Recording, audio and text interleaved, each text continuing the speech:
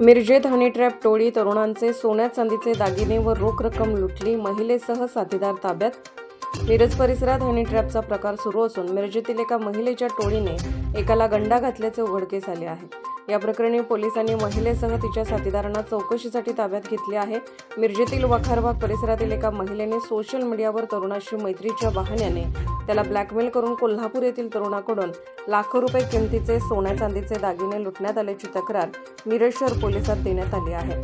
Social मीडियावर तरुणाशी मैत्री करून संबंधितांना या महिलेने मिरजेत फ्लॅटवर बोलावून साथीदार मार्फत त्याची आक्षेपार्ह छायाचित्रे व व्हिडिओ काढून त्यांना ब्लॅकमेल केल्याची तक्रार संबंधित तरुणाने दिली आहे। संबंधित महिलेचे 2 ते 3 साथीदार महिलेच्या जाळ्यात अडकलेल्या तरुणाला धमकावून मारहाण करून पैसे उकळत असल्याची तक्रार आहे। कोल्हापुरातील एका तरुणाने संबंधित महिला तिच्या साथीदाराविरुद्ध मिरज शहर पोलिसात तक्रार दाखल केली आहे।